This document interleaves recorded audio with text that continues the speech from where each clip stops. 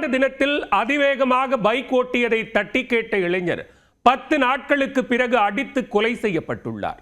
வாக்குவாதத்தில் தொடங்கிய விவகாரம் கொலை வரை சென்றது ஏன்?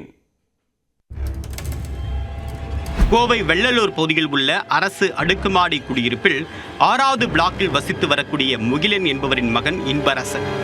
பள்ளி படிப்பை முடித்த இன்பரசன் பிளம்பிங் தொழில் செய்து வந்துள்ளார். கடந்த புதன்கிழமை அன்று பிளம்பிங் வேலைக்கு சென்ற இன்பரசனை மர்ம நபர்கள் வெட்டி கொலை செய்துவிட்டனர்.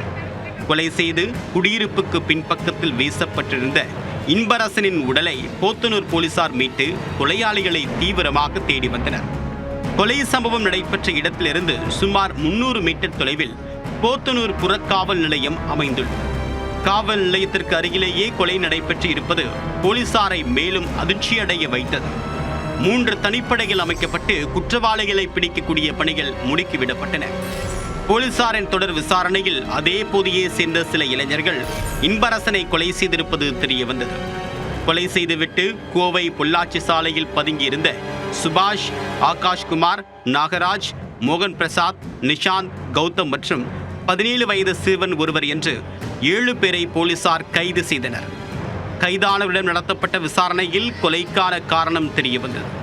டிசம்பர் மாதம் 31ஆம் தேதி இரவு புத்தாண்டு கொண்டாட்டத்தின் போது சுபாஷ் இருசக்கர வாகனத்தில் வெள்ளலூர் ஹவுசிங் யூனிட் பகுதியில் அதிவேகமாக சென்றுள்ளார். இதை இன்பரசன் தட்டி கேட்க சுபாஷ் தரப்பிற்கும் இன்பரசன் தரப்பிற்கும் இடையே வாக்குவாதம் ஏற்பட்டு கைகலப்பாக மாறியுள்ளது. இதில் சுபாஷை இன்பரசன் தரப்பினர் அடித்து உதைத்து விரட்டியுள்ளனர்.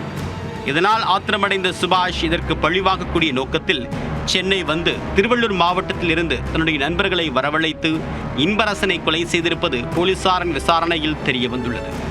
கொலையாளிகளை பிடிக்க சென்ற போது போலீசாரை பார்த்ததும் சுபாஷ் உட்பட 2 தப்பி ஓட முயன்ற போது கீழே விழுந்ததில் 2 கை கால்களில் காயம் ஏற்பட்டது. 2 கோவை அரசு மருத்துவமனையில் மாவு கட்டு போட்டுள்ள போலீசார் 7 பேரையும் நீதிமன்றத்தில் ஆஜர்படுத்தி சிறையில் அடைத்தனர்.